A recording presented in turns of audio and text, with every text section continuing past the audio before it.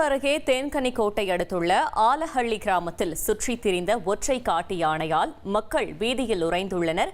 கூடுதல் விவரங்களை செய்தியாளர் ஜேசுராஜ் வழங்க கேட்கலாம். ஜேசுராஜ் வணக்கம், மேலும் தகவல்களை சொல்லுங்க.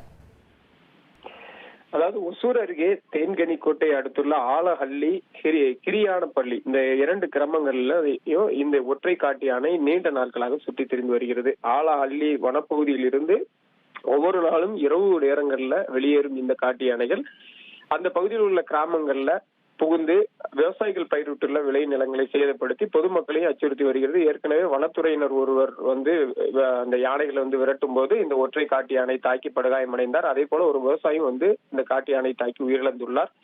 இந்த நிலையில இந்த காட்டு யானை பாத்தீங்கன்னா அந்த ஆலஹள்ளி கிராம பகுதிகளில் இன்றைக்கு காலையிலே வலம் வந்துள்ளது. இரவு நேரத்தில் வனப்பகுதியை விட்டு வெளியேறி இந்த காட்டு யானை அந்த பகுதியில் சுற்றித் திரிந்ததால் கிராம மக்கள் கடும் அச்சமடைந்தனர். ஏரி பகுதியில் நீண்ட நேரம் சுற்றித் திரிந்துள்ளது. அந்த பகுதியில் உள்ள இளைஞர்கள் மற்றும் பொதுமக்கள் கூச்சலிட்டு யானையை சத்தம் போட்டு விரட்டியுள்ளனர். அதே நேரத்துல தேன்கனிக்கோட்டை வனத்துறையினருக்கு தகவல் கொடுக்க அவர்களும் அந்த பகுதிக்கு பட்டாசுகள் வெடித்து இந்த யானையை அடர்ந்த காட்டுப்பகுதிக்கு விரட்டி பணியில ஈடுபட்டாங்க.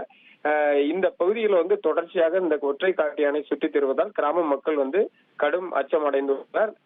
வனத்துறையினர் காட்டு யானையை ஒற்றை காட்டு சுற்றித் திருவதால் பாதுகாப்பாக இருக்க வேண்டும் எச்சரிக்கை விடுத்து வருகின்றனர். இருந்த போதிலும் இந்த காட்டு யானையை கர்நாடக மாநில வனப்பகுதிக்கு விரட்ட வேண்டும் என அங்குள்ள விவசாயிகளும் பொதுமக்களும் கோரிக்கை விடுத்துள்ளனர். தகவல்களுக்கு நன்றி ஜேசுராஜ்.